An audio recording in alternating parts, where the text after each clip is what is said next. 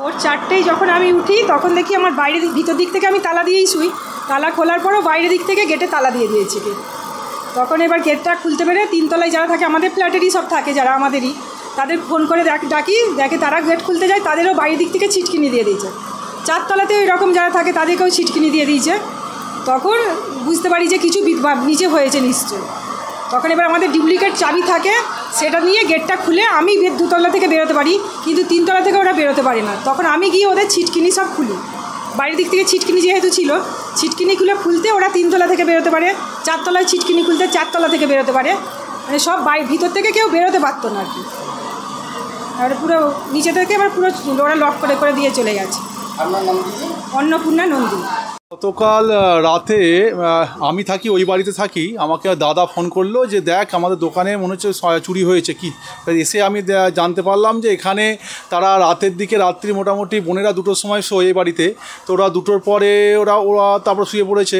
তারপরে এখানেতে মোটামুটি 2টোর পর থেকে ঘটনাটা ঘটেছে বলে আমাদের মনে হচ্ছে। যে পেছনের দিকে যে দরজা থাকে, দরজার ওপরে লোহার গিল থাকে, সেই গিলটিকে ভেঙে তারা এখানে যে চাবি থাকে সেই চাবি দিয়ে 2তলা বাড়িতে চাবি দিয়েছে। চাবি দেওয়ার পর 3তলা 4তলায় যে ফ্ল্যাটগুলো আছে সব ফ্ল্যাটে আমাদের দাদা বাবা থাকে, সেখানেতে তারা সব লক করে দিয়ে নিচে এসে যথারীতি দোকান খুলে তারা দোকানেতে টাকা পয়সা যেগুলো ছিল সেগুলো নিয়েছে।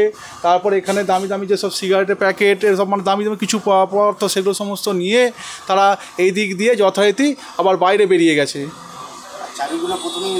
চাবিগুলো সব কেটেছে, অ্যাসিড দিয়ে পোড়ানো হয়েছে এবং 2তলা 3তলা সব ফ্ল্যাটে তারা আগে এসে লক করে দিয়েছে।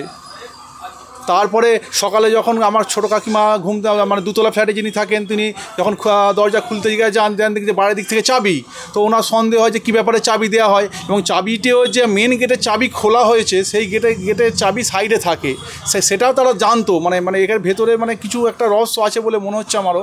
হ্যাঁ, যে মানে যে করেছে বা করিয়েছে তারা এসব তথ্য তাদের কাছে ছিল, তো তারা এখান থেকে চাবিটা খুলে 2তলায় চাবি দিয়েছে এবং সেই কপি চার্জিকাটিকে এমনি কাকিমার কাছে থাকে। মেন গেটের চাবি 3টে ফ্ল্যাট তো সবার কাছেই থাকা সম্ভব, তো সেই চাবি তারা কাকিমার থেকে বার করে খুলেছে। খোলার পরেই বলছে এবার দেখো 2তলায় যে দেখছে সব রুম এতে চাবি, তা সবাইকে ডাকাডাকি করে এসে নিচে এসে দাদা বাবা এসে দেখে যে দোকানের সমস্ত চাবি ভেঙে পেছনের গেট থেকে এইভাবে সমস্ত জিনিসপত্র লন্ডভন্ড করেছে।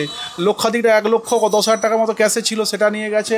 দামি দামি সিগারেট মিলে মানে লাখখানেক টাকার মতো মাল ওরা নিয়ে গেছে বলে মনে হচ্ছে আমাদের এখন পর্যন্ত, যেটা দেখে মনে হচ্ছে। 1,70,000 টাকার মতো মাল যাবে। হ্যাঁ, পুলিশকে আমি ফোন করেছিলাম সকালে, মোটামুটি আমরা 4টের সময় 4:30 প্রায় 4:45 নাগাদ যে আমি দেখা করেছিলাম। ওনাদের রানিং গাড়ি মোটামুটি 6:30 নাগাদ এসেছিলেন। এসে আইসি সাহেব তারপরে পরপর দু দফায় মোটামুটি ইনকোয়ারি হয়ে গেছে। হ্যাঁ ওনারা একটা লিখিত অভিযোগ করবেন। আমি লিখিত অভিযোগ করেছি, এসে সঙ্গে সঙ্গে লিখিত অভিযোগ করে দিয়েছি। ওনারা বলেছেন যে এফআইআর হবে।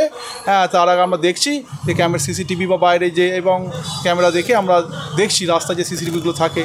সিসি ক্যামেরাগুলো কি ছিল আপনার? সিসিগুলো ক্যামেরাগুলো ওই দিন কয়েক মানে সমস্যা হচ্ছিলো, ফ্ল্যাশ হচ্ছিলো বলে আমি রাতের দিকে যখন গ্যাং নামাচ্ছিলাম এগুলো বন্ধ করে দিচ্ছিলাম।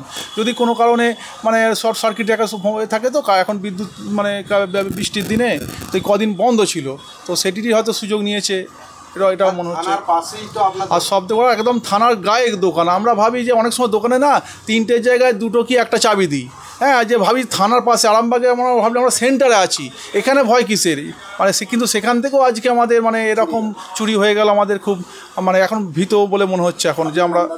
আমার নাম হচ্ছে নবকুমার নন্দী। এই জায়গাটার নাম? এই জায়গা হচ্ছে আরামবাগ থানার পাশে আনন্দ ভাণ্ডার।